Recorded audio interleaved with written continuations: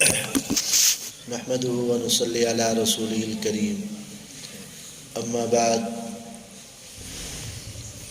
فاعوذ بالله من الشيطان الرجيم بسم الله الرحمن الرحيم ان الذين يكفرون بآيات الله ويقتلون النبيين بغير حق۔ تیسرے پارے کا دوسرا نصف شروع ہو رہا ہے۔ پہلی آیت کے اندر اللہ رب العزت نے بنی اسرائیل کی بدعہدی کا ذکر کیا کہ بنی اسرائیل کے اوپر اللہ نے بڑے انعامات کیے، لیکن انہوں نے اللہ کے انعامات کی ناشکری کی۔ انبیاء علیہم السلام جو ان کے خیر خواہ تھے ان کے دشمن بن گئے یہ لوگ، یعنی انبیاء کے دشمن بن گئے یہ لوگ۔ تو اللہ تبارک و تعالی نے فرمایا جو لوگ یہ کام کرتے ہیں ان کو دردناک عذاب کی خوشخبری سنا دو۔ اس کے بعد پھر اللہ رب العزت نے فرمایا کہ اگر لوگوں سے فرما دیجیے اگر اللہ سے محبت کرنی ہے نا تو فاتبعونی، امام الانبیاء حضرت محمد رسول اللہ صلی اللہ علیہ وسلم کی اتباع ضروری ہے۔ اور اس کے بعد پھر اللہ رب العزت نے 3 عجیب قسم کے واقعات بیان فرمائے ہیں۔ حضرت مریم علیہ السلام کے والد ان کا نام تھا عمران، اور ان کی بیوی کا نام یعنی حضرت مریم کی والدہ کا نام حنا بنت فاقوزہ ان کا نام تھا۔ اللہ نے اولاد نہیں دی تھی، عمر کافی ہو گئی تھی۔ ایک دن دیکھا کہ ایک پرندہ دوسرے کو چونچ کے ساتھ غذا دے رہا ہے، جیسے چڑیاں ایک دوسرے کو غذا کھلاتی ہے نا۔ تو جب انہوں نے یہ منظر دیکھا نا کہ دیکھو ایک ماں کا کیا جذبہ ہوتا ہے، اپنی اولاد کو کیسے پیار کے ساتھ غذا کھلا رہی ہے، تو دل میں ایک تڑپ پیدا ہوئی کہ کاش اللہ ہمیں بھی اولاد دیتے، ہم بھی اس طرح محبت کا اظہار کرتے۔ پھر اللہ سے انہوں نے دعا کی کہ اے اللہ اگر مجھے تو نے اولاد دی تو میں بیت المقدس کی خدمت کے لیے اس کو وقف کر دوں گی۔ اللہ سے جب دعا کی نا ٹوٹے ہوئے دل کے ساتھ رو رو کر، اللہ نے دعا کو قبول فرمایا۔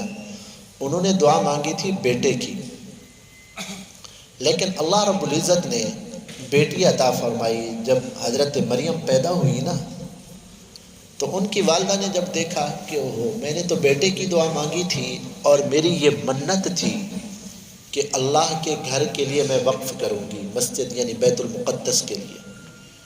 اب مسجد کے اندر امام اور وہاں عبادت مرد کر سکتا ہے، عورتیں تو مسجد میں عبادت کے لیے نہیں آ سکتی نا، ان کے اپنے مخصوص مسائل ہیں، حالات ہیں۔ تو انہوں نے اپنی دلی حسرت کا اظہار کیا، اللہ میں نے تو دعا مانگی تھی بیٹے کے لیے، لیکن بیٹی اللہ تو نے دی ہے۔ اور میرے بھائیوں، اللہ رب العزت کا جو بھی فیصلہ ہے نا بندے کے حق میں وہ بہتر ہوتا ہے۔ بسا اوقات انسان یہ سمجھتا ہے کہ یہ چیز میرے لیے کوئی نقصان دہ ہے، لیکن اللہ جو فیصلہ فرماتے ہیں بندے کے لیے بہتر ہوتا ہے۔ اللہ نے بھی اس آیت میں فرمایا کہ اللہ تعالیٰ فرماتے ہیں میں خوب جانتا ہوں یہ بیٹی ہے، لیکن اس بیٹی کی شان ہزاروں بیٹوں سے زیادہ ہے۔ اللہ نے یہ جو بیٹی دی ہے کوئی معمولی بیٹی نہیں ہے، یہ وہ بیٹی ہے کہ اس کی شان ہزاروں انسانوں مردوں سے زیادہ ہے۔ تو حضرت مریم علیہ السلام کے والد وفات پا گئے نا، اور بیت المقدس کے امام تھے۔ تو جب حضرت مریم چلنے لگی نا، بڑی ہوئی تھوڑی سی، تو ان کی والدہ لے گئی بیت المقدس کے اندر، اور وہاں کے جو امام تھے اس وقت حضرت زکریا علیہ السلام تھے، اللہ کے نبی۔ کہا کہ جی میں نے منت مانی تھی، اللہ نے اولاد دی تو اللہ کے گھر کے لیے وقف کروں گی، تو یہ میں بیٹی لائی ہوں۔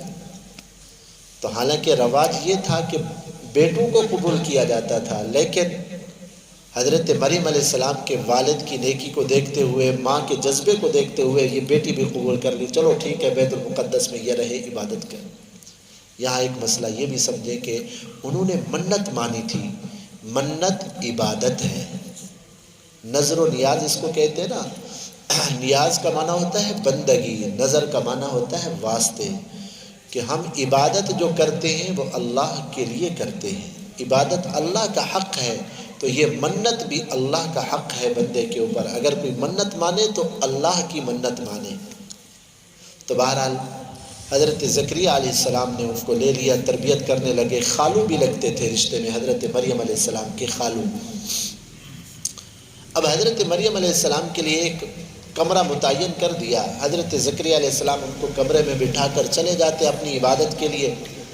کئی مرتبہ ایسا ہوا کہ حضرت مریم علیہ السلام کا دروازہ انہوں نے آ کے کھولا تو اندر جو ہے نا بغیر موسم کے پھل پڑے ہوتے تھے، جیسے ابھی آم کی موسم نہیں ہے، پکے ہوئے آموں کی موسم نہیں ہے۔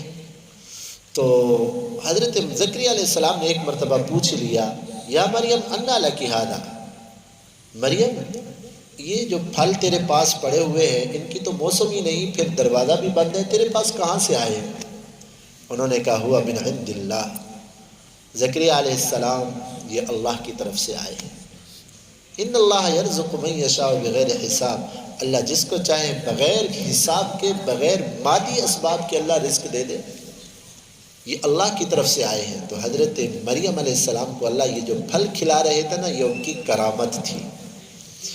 تو حضرت زکریہ علیہ السلام نے جب دیکھا کہ اس بچی کا کیا ایمان اور یقین ہے اور اللہ کیسے ان کو بغیر موسم کے پھل دے رہے ہیں، تو حضرت زکریہ علیہ السلام کی عمر اس وقت 120 سال ہو گئی تھی، سر سفید ہو گیا تھا، ہڈیاں کمزور ہو گئی تھی، اولاد نہیں تھی۔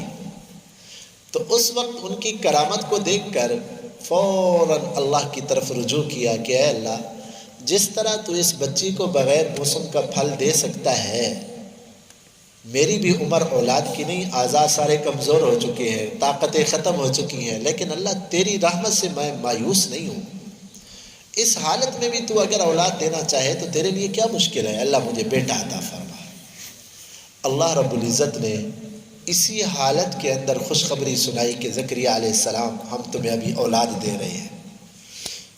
جب اولاد کی خوشخبری دی پھر فرمایا کہ اولاد ایسی نہیں ہے، اولاد بھی ایسی دے رہے ہیں کہ وہ بھی اللہ کے نبی ہوں گے، ان کا نام بھی ہم نے رکھا ہے یحییٰ۔ حضرت یحییٰ علیہ السلام سے پہلے جتنے بھی انسان گزرے ہیں نا، کسی کا نام یحییٰ نہیں تھا، یہ پہلا نام اللہ نے رکھا تھا حضرت یحییٰ علیہ السلام کا، اور وہ بھی نبی بیٹا عطا فرمایا۔ تو ٹوٹے ہوئے دل سے جب بندہ دعا کرتا ہے نا، وہ دعا سیدھی اللہ کے عرش تک جاتی ہے، اللہ قبول فرماتے ہیں۔ تو بہرحال حضرت یحییٰ علیہ السلام جو ہے نا پیدا ہوئے۔ تو ان آیات سے ہمارے لیے سبق یہ ہے، کسی بزرگ کی کرامت کو دیکھ کر نا اس بزرگ سے نہیں مانگنا چاہیے، بلکہ جس ذات نے کرامت دی ہے اس ذات سے مانگنا چاہیے۔ حضرت مریم علیہ السلام کی کرامت کو دیکھا نا زکریہ علیہ السلام نے، تو مریم علیہ السلام سے نہیں کہا کہ بیٹا دے دو، بلکہ اللہ سے مانگا جس اللہ نے کرامت دی تھی۔ آج ہم مسلمان جو ہے بڑی غلط فہمی کا شکار ہو جاتے ہیں، کسی نیک آدمی کے ہاتھ سے کوئی کرامت دیکھتے ہیں تو اس کو پوجا شروع کر دیتے ہیں کہ بزرگ بس تو ہی دے دے جی، سارا کچھ تو ہی ہے۔ بھائی وہ بھی اللہ کے محتاج، اللہ کے نبی سے بڑا نیک آدمی تو کوئی نہیں ہوتا نا، اللہ کے نبی اللہ سے مانگنا سکھاتے ہیں۔ تو بہرحال اس کے بعد پھر تیسرا واقعہ حضرت عیسیٰ علیہ السلام کی پیدائش کا ہے۔ حضرت حنا اور حضرت زکریہ علیہ السلام کو جو اولاد ملی تھی نا، بڑھاپے میں انہوں نے قدم رکھا تھا، یعنی وہ زمانہ اولاد کا نہیں تھا، اللہ نے اپنی قدرت سے اولاد دی تھی۔ لیکن حضرت عیسیٰ علیہ السلام کی پیدائش تو بڑی عجیب ہے، باپ کا واسطہ نہیں ہے، ہاں بغیر باپ کے واسطے کے حضرت مریم علیہ السلام کو حمل ٹھہرا، حضرت عیسیٰ علیہ السلام پیدا ہوئے، اللہ کی قدرت کی نشانی۔ یہودیوں نے جب اعتراض کیا نا اور عیسائیوں نے جب خدا کہا حضرت عیسیٰ علیہ السلام کو، تو اللہ تعالیٰ نے فرمایا ان مثل عیسیٰ عند اللہ کمثل آدم، تمہیں حضرت عیسیٰ علیہ السلام کے بغیر باپ کے پیدا ہونے پر یہ شک اور اعتراض کیوں ہو رہا ہے؟ حضرت آدم علیہ السلام کو نہیں دیکھتے تو؟ چلو حضرت عیسیٰ علیہ السلام کی ماں تو ہے نا، باپ کا واسطہ نہیں ہے۔ حضرت آدم علیہ السلام کی پیدائش تو ان سے بھی عجیب ہے، حضرت آدم علیہ السلام کی نہ ماں ہے نہ باپ ہے، اللہ نے اپنے کلمہ کن سے ان کو پیدا فرمایا۔ اسی طرح حضرت عیسیٰ علیہ السلام کو بھی اللہ نے اپنی قدرت سے پیدا کیا۔ اللہ اپنی قدرت دکھانا چاہتے ہیں، کیونکہ انسانوں کی جو پیدائش ہے نا ماں باپ کے واسطے سے ہے، عام طور پہ یہی ہے۔ تو کہیں انسانوں کے ذہن میں یہ خیال نہ آئے کہ بھائی بغیر ماں باپ کے واسطے کی اولاد ہو ہی نہیں سکتی۔ اللہ نے کبھی کبھی اپنے ضابطوں کو توڑا، دکھایا کہ بھائی میں بغیر ماں باپ کے پیدا کرنا چاہوں تو کر سکتا ہوں۔ حضرت آدم علیہ السلام کو دیکھ لو، اگر بغیر باپ کے واسطے سے پیدا کرنا چاہوں تو کر سکتا ہوں۔ حضرت عیسیٰ علیہ السلام کو دیکھ لو، بغیر ماں کے واسطے کے پیدا کرنا چاہوں تو کر سکتا ہوں۔ حضرت حوا علیہ السلام کو دیکھ لو، ان کی تو ماں کوئی نہیں ہے۔ حضرت آدم علیہ السلام سوئے ہوئے تھے، اللہ تعالیٰ نے بائی پسلی سے ان کو پوری عورت بنا کے نکالا، پوری عورت۔ تو یہ اللہ کی قدرت کی نشانی ہے۔ اور پھر حضرت عیسیٰ علیہ السلام کیونکہ اللہ کی قدرت کی نشانی تھے، اللہ نے ان کو عجیب معجزات عطا فرمائے تھے، مردوں کو زندہ کرنا، اور وہ بیمار جن کی بیماری کے علاج سے ڈاکٹر عاجز آ گئے تھے، حکیم، حضرت عیسیٰ علیہ السلام بسم اللہ پڑھ کے ہاتھ پھیرتے، کوڑھی کے مریض، مادر ذات اندھے جو ماں کے پیٹ سے اندھے پیدا ہوئے تھے، آنکھوں پہ ہاتھ پھیرتے بینائی آ جاتی تھی، اور کوڑھی کے مریض ان پہ جسم پہ ہاتھ پھیرتے بیماری ختم ہو جاتی تھی، مردوں کو زندہ کرتے تھے۔ یہ اللہ کی قدرت، اللہ نے ان کو معجزات عطا فرمائے تھے۔ ان معجزات کو دیکھ کر بعض قومیں ایسی ہوتی ہیں جو گمراہ ہو جاتی ہیں، تو عیسائی لوگ گمراہ ہو گئے، حضرت عیسیٰ علیہ السلام کو خدا بنایا، خدا کا بیٹا بنایا، اور یہودی بھی حضرت عیسیٰ علیہ السلام کے متعلق غلط عقیدے کے اوپر چل پڑے، معاذ اللہ ثم معاذ اللہ۔ یہودی حضرت عیسیٰ علیہ السلام کو قتل کرنے کا انہوں نے منصوبہ بنایا۔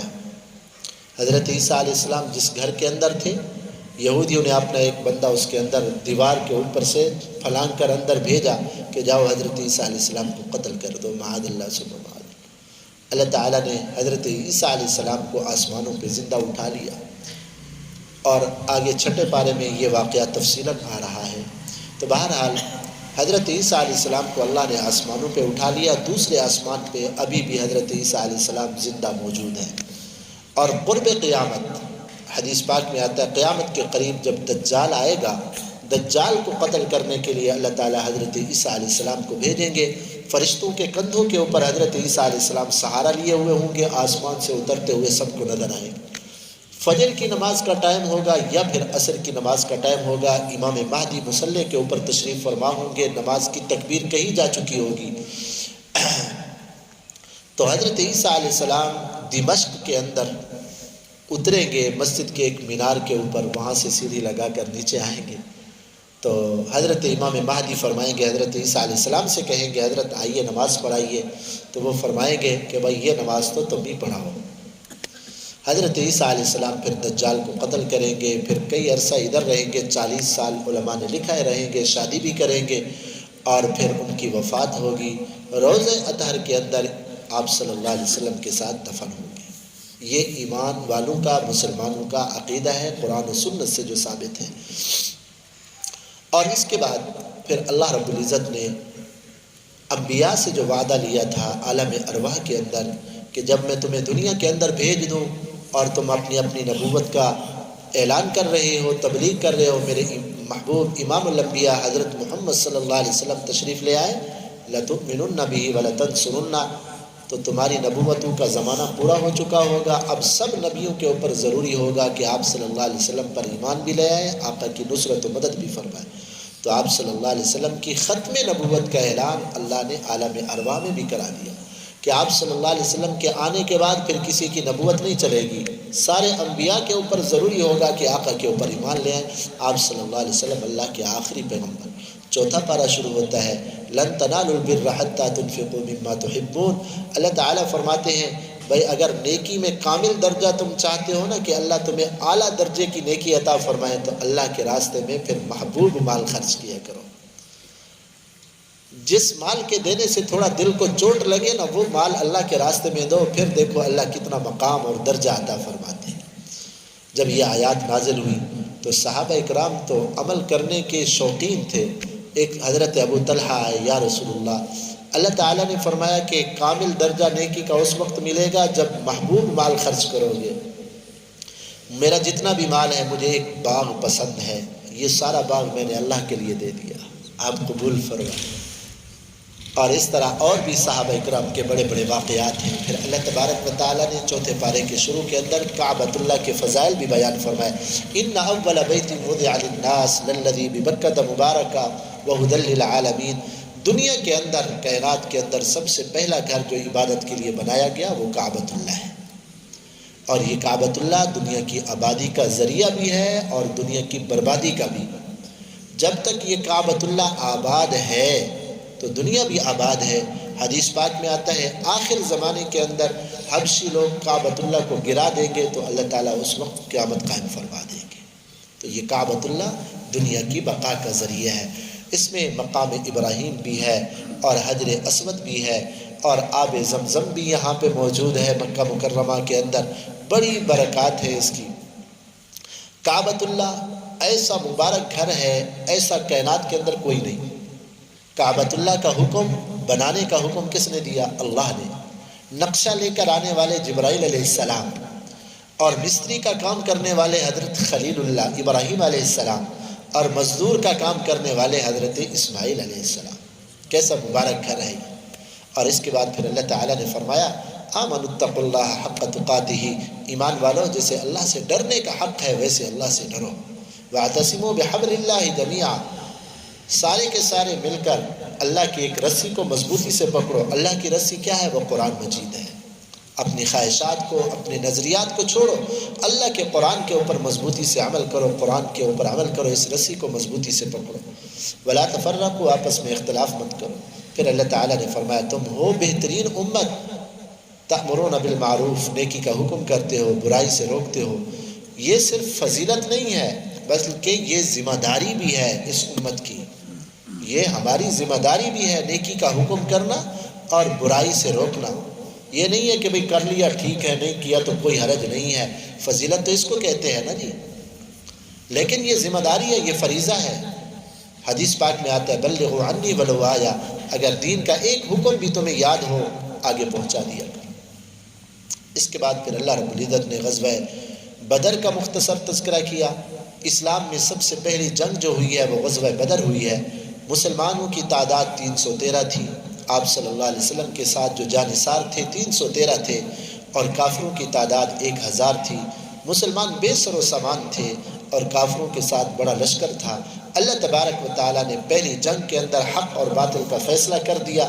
اس کا تفصیلی تذکرہ نامے پارے کے اندر آ رہا ہے۔ جنگ بدر کے اندر مسلمانوں نے کافروں کے 70 سرداروں کو قتل کیا، 70 کو قید کیا تھا۔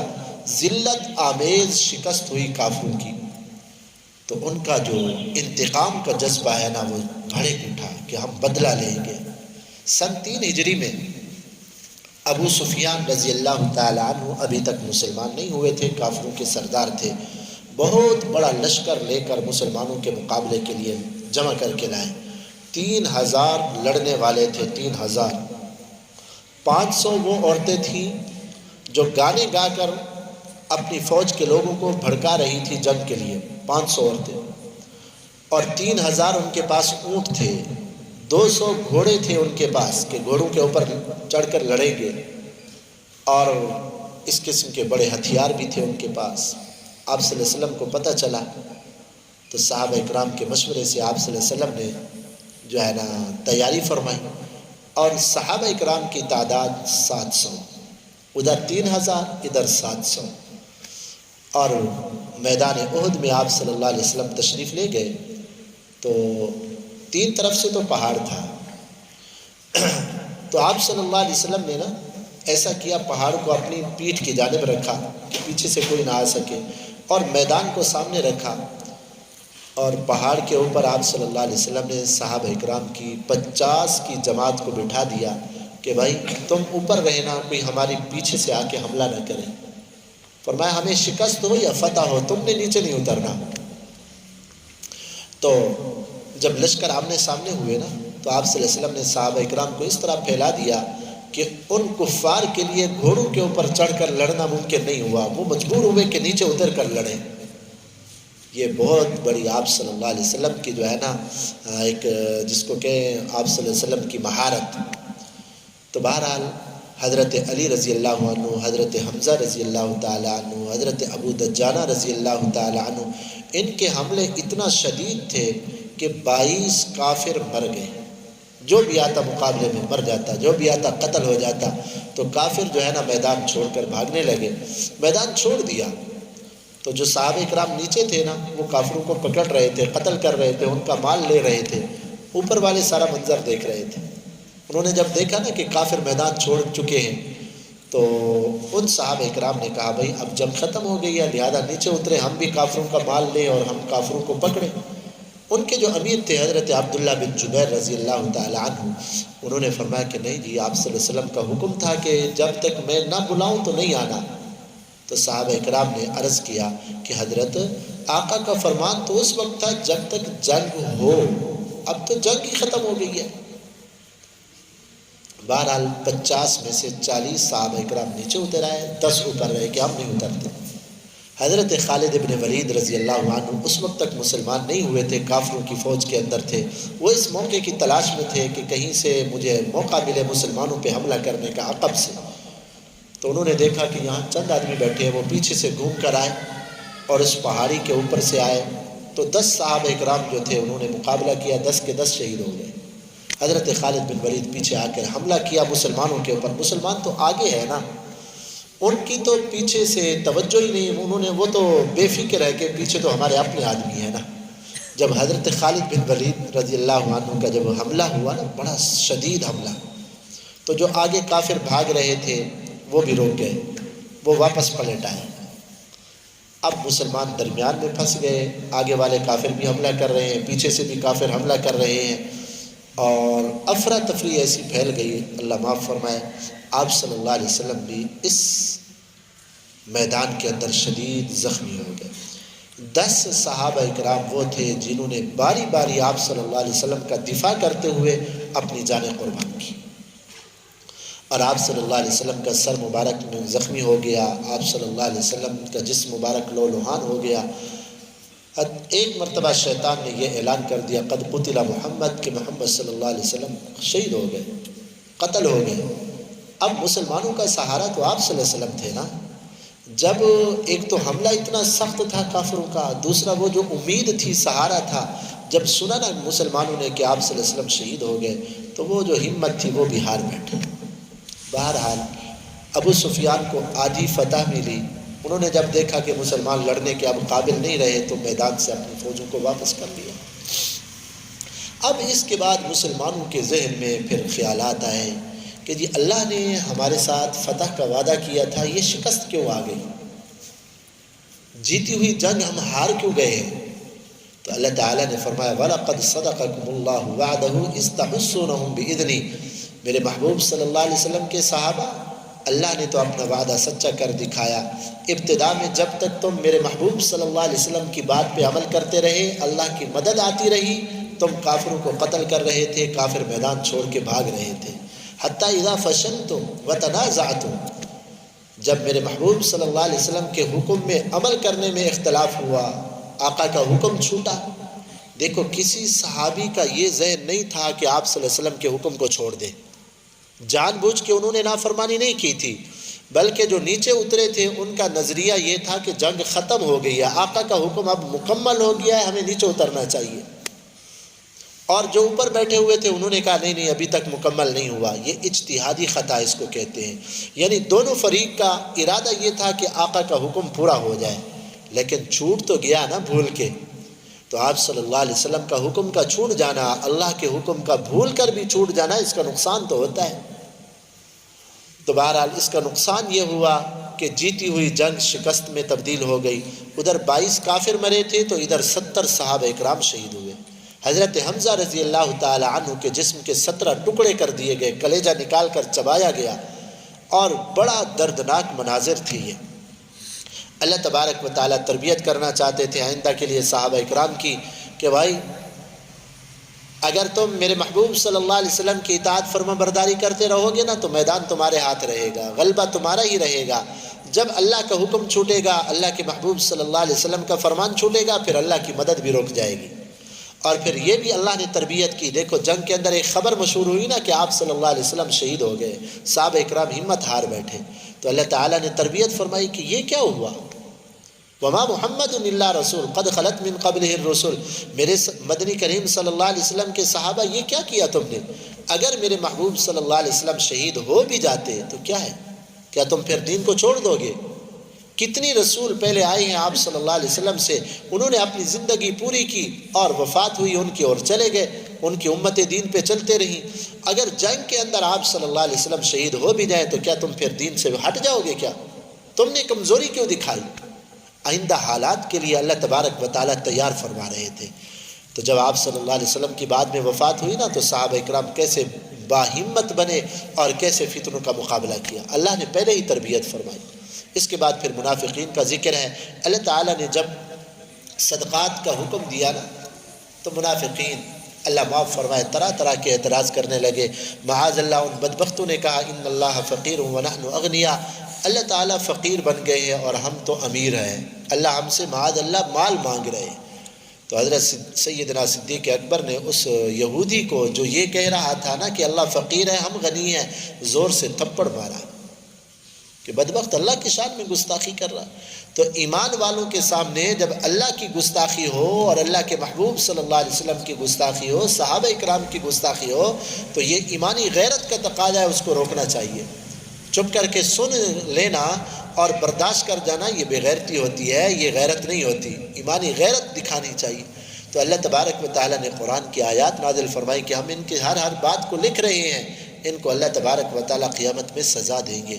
آخر کے اندر پھر اللہ رب العزت نے دعا بھی سکھائی ہے کہ دعا مانگا کرو کہ ربنا ما وعدتنا علی رسلک ولا تخزنا یوم القیامہ, اے اللہ جو تو نے اپنے رسولوں کے ہاتھوں وعدے کیے ہیں وہ وعدے ہمیں پورا فرما, قیامت کے دن ہمیں رسوا نہ کرنا.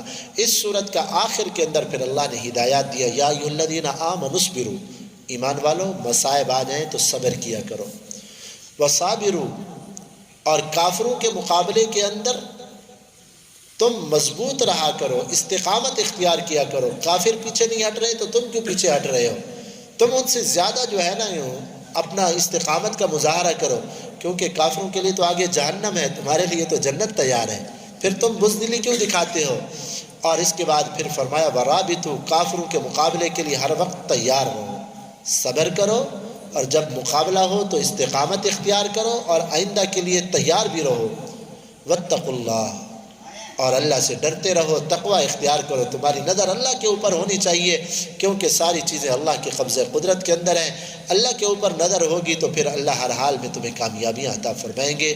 یہ سورہ آل عمران ختم ہو رہی ہے, چوتھے پارے کے 3 پاؤں بھی ختم ہو گئے ہیں. اللہ تعالی ہمیں ان ہدایات پہ عمل کرنے کی توفیق عطا فرمائے. الحمدللہ رب العالمین والصلاۃ والسلام علی